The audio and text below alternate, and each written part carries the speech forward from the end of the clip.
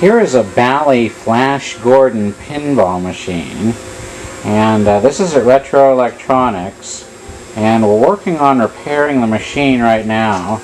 We've got a lot of things fixed on it, just have some small things to finish up on it. We need to put on a new power cord, and replace the fuse holder in the power supply, and replace the lamp bulbs in the play field. The biggest problem with this was the Bally circuit board, and we'll take a look at the old circuit board first of all. This machine is from the early 1980s, and it was among the first, well, I think the electronic pinball machine started in the mid-70s, so it's kind of at the beginning of the electronic digital pinball era. And this circuit board had been corroded by a bad battery, which would have been located right there, and acid or alkaline, whatever's in the battery, leaked onto the circuit board and corroded it. We tried to repair this circuit board, but we were not successful with it. So what we need to do is to get a new universal replacement circuit board to replace it. Now look inside the area where the circuit board is. The score display panel pivots off, and the circuit board is then up here. This is called the MPU board, or the microprocessor unit.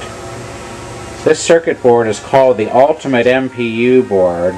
It's made by Alltek Systems, and it can replace any Bally or Stern pinball circuit board from a certain time period. You just set the switches to program which game you'd want, and it really works well.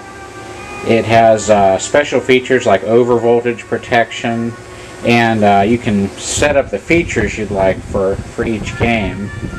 Here's the power supply and solenoid driver circuit board. Here's the sound, the squawk and talk board. And let's see, what's this? Okay, this is a lamp driver board. All the other boards seem to be okay. May go ahead and replace this filter capacitor up here. Okay, well, let's lift up the play field and we'll take a look down inside. Here's the inside of the Bally machine.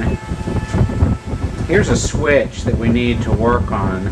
This is a switch that detects the presence of the pinball in the out hole, and it's not registering the presence of the pinball when the ball goes out of bounds, so it's never restarting the game. Here are all the solenoids and everything, just like on a mechanical machine, except the control is just electronic here. Here's the power transformer and the rectifier board. Got a fuse holder back here. We're going to put a better fuse holder in here. We put this one in just for test purposes. We've got a brand new one we're going to put in, and we're going to put in a new power cord over here. Now and the way this props up, just kind of like on a piano, it's got a lid prop here. You go ahead and close it up here and give the machine a test. We're going to test the Bally machine. It goes through a power-up self-test sequence like on a computer. The switch is down under here. I'll turn it on here.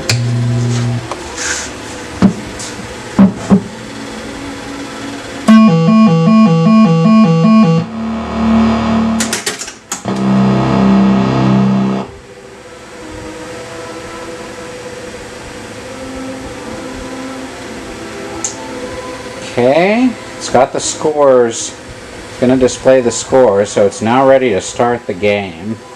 I'm going to put the pinball. Okay, where's the pinball? Let's see if okay, the pinball is ready. Can't really demonstrate this actually playing pinball because I don't have the tripod.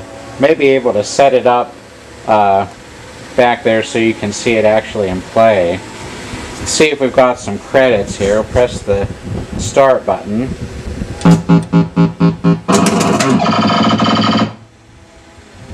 Okay. And